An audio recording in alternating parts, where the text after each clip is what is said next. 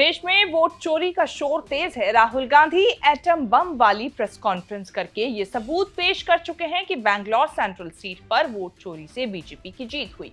राहुल गांधी अगला hydrogen bomb फोड़ने का ऐलान कर चुके हैं।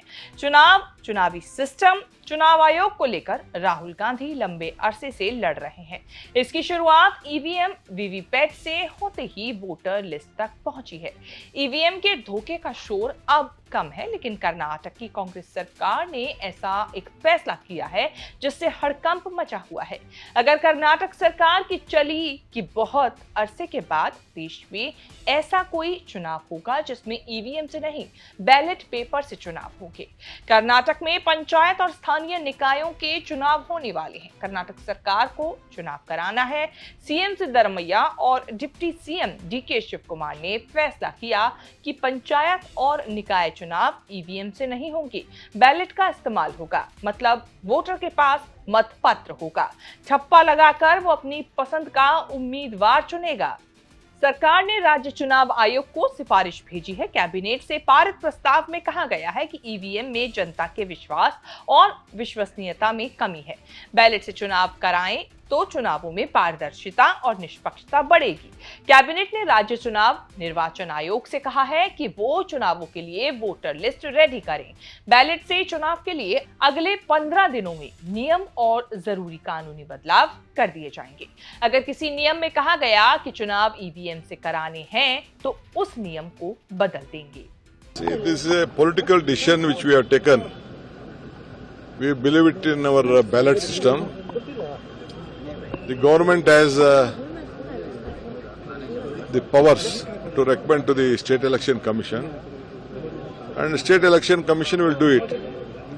Even when the amendment was been passed by the BJP government also, they had also written that either EVM or ballot.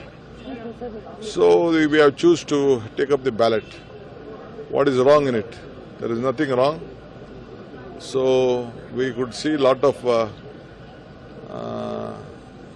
earlier discrepancy, but we know that in the election commission issue we have been raising voice on that EVM machines. When we have an opportunity, we are going to do it.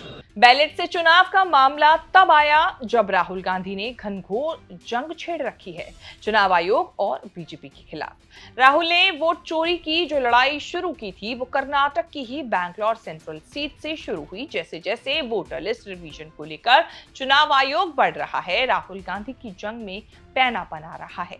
Karnataka सरकार ने चुनाव आयोग के खिलाफ राहुल की मुहिम को मजबूत करने के लिए बैलेट से चुनाव का मास्टर स्ट्रोक चला है।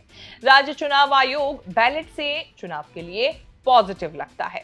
2021 में बैलेट से ही लोकल चुनाव हुए थे, तब कांग्रेस की सरकार नहीं थी। वैसे भी ऐसा कोई सरकारी नियम नहीं है जो बैलेट से चुनाव कराने से रोकता है। इसी लीगल क्लॉज को सिद्धरमैया डीके शिव कुमार ने हथियार बनाया है, जिससे करा रही है बीजेपी। नियम कहता है कि ईवीएम या बैलेट किसी से भी चुनाव करा सकते हैं। कांग्रेस सरकार ने बीजेपी को चिढ़ाने बैलेट को चुन लिया।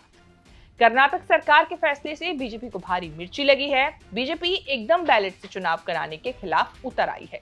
प्रदेश बीजेपी अध्यक्ष BY विजयेंद्र ने कहा कि कांग्रेस का इतिहास रहा है कि मतपत्रों का इस्तेमाल करके वोट चोरी करने और चुनावी गड़बड़ियां करने का। इंदिरा गांधी ने भी यही किया था। अब अगर कांग्रेस की सरकार बैलेट से चुनाव की ओर बढ़ रही है, इसीलिए ईवीएम से हुई जीत वोट से चोरी हुई थी।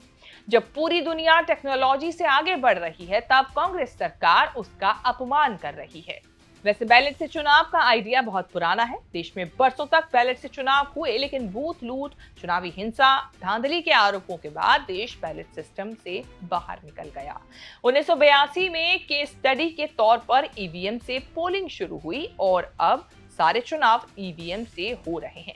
विपक्ष का बड़ा आरोप रहा है कि ईवीएम वीवीपैट में धांधली होती रही है, लेकिन कभी कुछ साबित नहीं हुआ। सुप्रीम कोर्ट ने भी ईवीएम के खिलाफ याचिकाओं पर राहत नहीं दी। राहुल गांधी और विपक्ष की लंबे अरसे से मांग रही है कि ईवीएम छोड़कर बैलेट पर लौटना चाहिए, लेकिन बीजेपी, चुनाव आयोग और यहां तक कि सुप्रीम कोर्ट भी इस आइडिया का समर्थन नहीं करते। शेष भारत की इस रिपोर्ट में इतना ही। इस रिपोर्ट को लेकर आपकी क्या राय है, हमें कमेंट करके जरूर बताएं। देश और विदेश से जुड़ी तमाम बड़ी खबरों के साथ अपडेट रहने के लिए आप देखते रहें न्यूज़ तक।